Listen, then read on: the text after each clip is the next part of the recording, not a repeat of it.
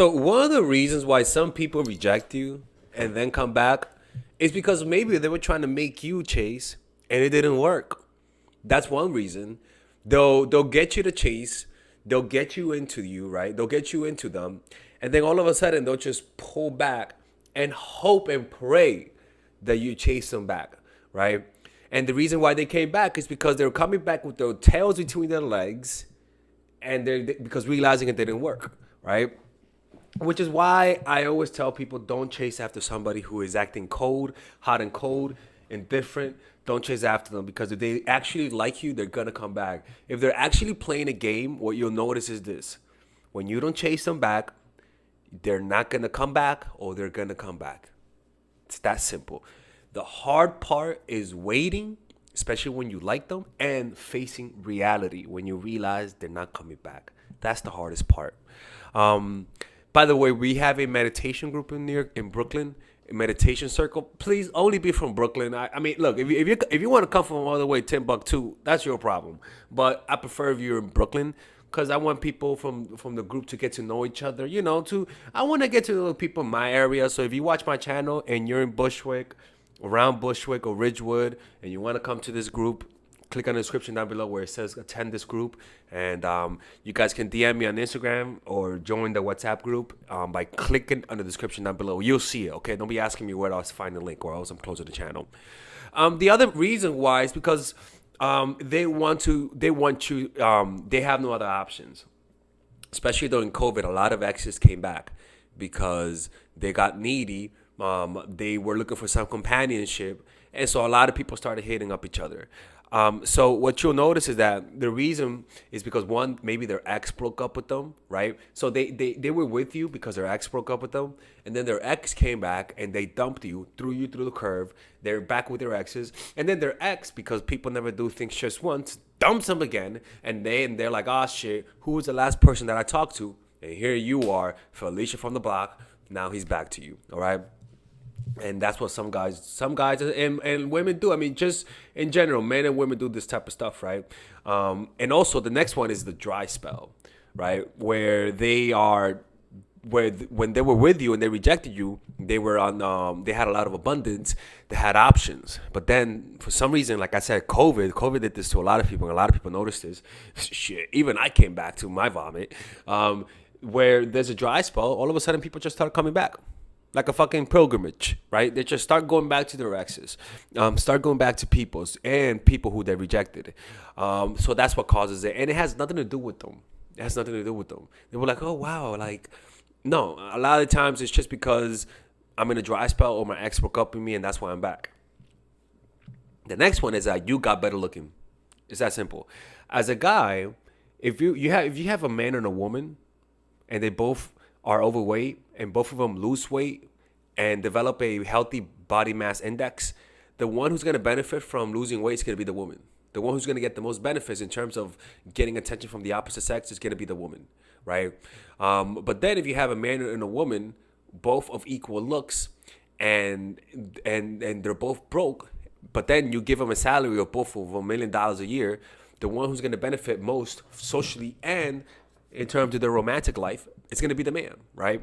So it's kind of like when I say that you got better looking or you raise your SMV, it depends on your sex, right? So it's kind of like so it depends on what the opposite sex values. So you raise your sexual market value by either getting a better job, becoming a leader, becoming a celebrity or whatnot, or you got better looking, or you got in shape and stuff like that, right? Because that type of stuff does matter, especially if your ex broke up with you and your ex remembers how you were before. Like for example, like the only reason why I'm gonna hit up an ex is because she got better looking. It's that simple. It's just that simple. Like there is no other reason why I would hit you up. And a lot of women, I've broken up with them because, or I didn't pursue them, or I rejected them because they were just a little bit too overweight, right?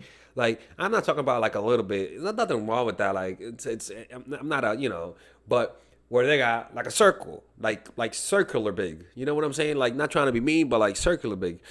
And it's kind of like when I saw them lose weight, bro, like a woman getting in shape has such a big effect on how men see them. Like, it's like day and night. Like it has such a Like a woman losing 20 pounds has such a dramatic effect on how men see you compared to a guy losing 20 pounds. It's day and night the difference, right? And you'll see that, especially with women, right? If you lose 20 pounds, you're gonna notice a lot of these dudes who rejected you are coming back to you, right? The next one is they see somebody wanting you, right? Where they'll sense that somebody likes you, or they'll see that you're finally in a happy relationship, and they'll want, and all of a sudden they realize they like you. It's like some people, for example, if I've had a friend, I have friends who, not friends actually, but people who I saw on the outside, like an acquaintance, where I didn't like them. They were just weird. They were like, not to be, because I'm a weirdo, but they were too weird for me even. And I said to myself, man, this motherfucker has no friends. But to notice that this person had a lot of friends, actually, like a lot of friends. This was like many years ago.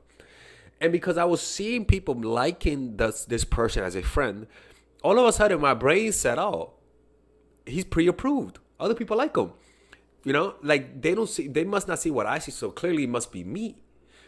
When other people see other people liking you, their brain says, okay, this person must be likable, so let me like them all of a sudden. That's what happens. You might see this person with the opposite sex, and because somebody likes them, you automatically want them. Desire is a social phenomenon, is a social thing, right? So it's kind of like, they call this pre-selection, where if a man is surrounded by women, especially the women that are looking at him and smiling, this man is going to be perceived as more attractive. And also, when you have a woman surrounded by men and they're both wanting her attention, people are going to look at them. Studies have shown they're deemed more attractive. It's just that simple. So if you all of a sudden got an ex, or you got married, or you got a new boyfriend, girlfriend, you'll notice that your exes come back. And the reason why is because, especially if they rejected you, is because they realize, okay, maybe I made a big mistake. Let me find out why this person likes them. And last but not least, they like playing games with you. They're masochistic. They like inflicting pain. They like confusing you. They like the power and the control of playing with your emotions, the way it makes them feel. And there are people like that who just come back just to inflict pain. Psychopaths, sociopaths, people who with anti-personality disorders, who genuinely revel in hurting people. Where they'll tell you, where they're the first ones to give bad news. Those are the type of people that people hire, companies hire to be a hitman, and mob hire to be a hitman, and companies hire to fire people because they love seeing people cry. And there are people like that in this world, as hard as it is to believe. All right, people. Anyways, I hope you guys enjoyed this video. If you guys ever want to work with me one-on-one, you guys can either join my Patreon, and you guys can ask me a question there, and I'll make a video about it. Like, join the Patreon. It's like my second YouTube channel, to be honest with you. Or you could work with me one-on-one, or purchase any of my courses, okay? All right, ladies and gentlemen, if you guys ever want to learn how to use your feminine energy to influence people, learn how to use your masculine energy to become more assertive, and also learn how to blend both energies to improve your dating life, your spiritual life, honestly, your relationship life, your family life, your career life, this is the course for you. If I had to make a course for my nieces, I have two nieces. One is 19, and one is 15. 16. Holy shit. Oh my God, he's a bad fucking uncle. He's a bad uncle. Get him. Shut up, Melissa. You should get this course, right? And this is the course that I will make for them. So, for example, watch the curriculum, right? In the first week, we're going to be showing you how to establish a strong masculine foundation without letting it hurt your feminine energy. This masculine foundation is a source of who you are, right? It's your bodyguard. Without this, whatever feminine energy you create will be destroyed by the outside, because your masculine is your shield. So we'll talk about goal setting. We'll talk about how to develop a serious attitude. We're going to be talking about how to use more logic, how to use more goal-oriented behavior. It's more how to be a man. Now the next one is how to embrace the feminine energy, right? This one would teach you about how to minimize excessive masculine traits, developing self-awareness, healing abundant feminine energy, regulating your emotion, mastering voice qualities and facial expressions, surrendering control, and allowing pain to be felt. This is honestly, this will supercharge, like Kaioken, your masculine energy. After that, we have femininity in the workplace and how to be feminine in the workplace without letting people take advantage of you, and the nuances of how women on power should behave versus women who are subordinates in the workplace, and even the dress code. This is based on psychology, people. It's kind of insane. I'm actually excited about this one. The next week, we talk about navigating the labyrinth of male and female friendship. And this, a lot of women find confusing, so we talk about that. And how to identify envious friends, how to identify the good friends, how to keep male friends, and how to keep female friends. Week 5, we talk about how to release the burden of the past and stop and destroy mental projections. This is actually really powerful. And then week 6, we talk about how to increase your observational power so that you could read people better. And we have a bunch of bonuses. The course starts at $99, and you guys can pre-order the course today at $69 before it goes out. If you're watching this, most likely I'm in the meditation retreat, so most likely I will be praying for all of you guys.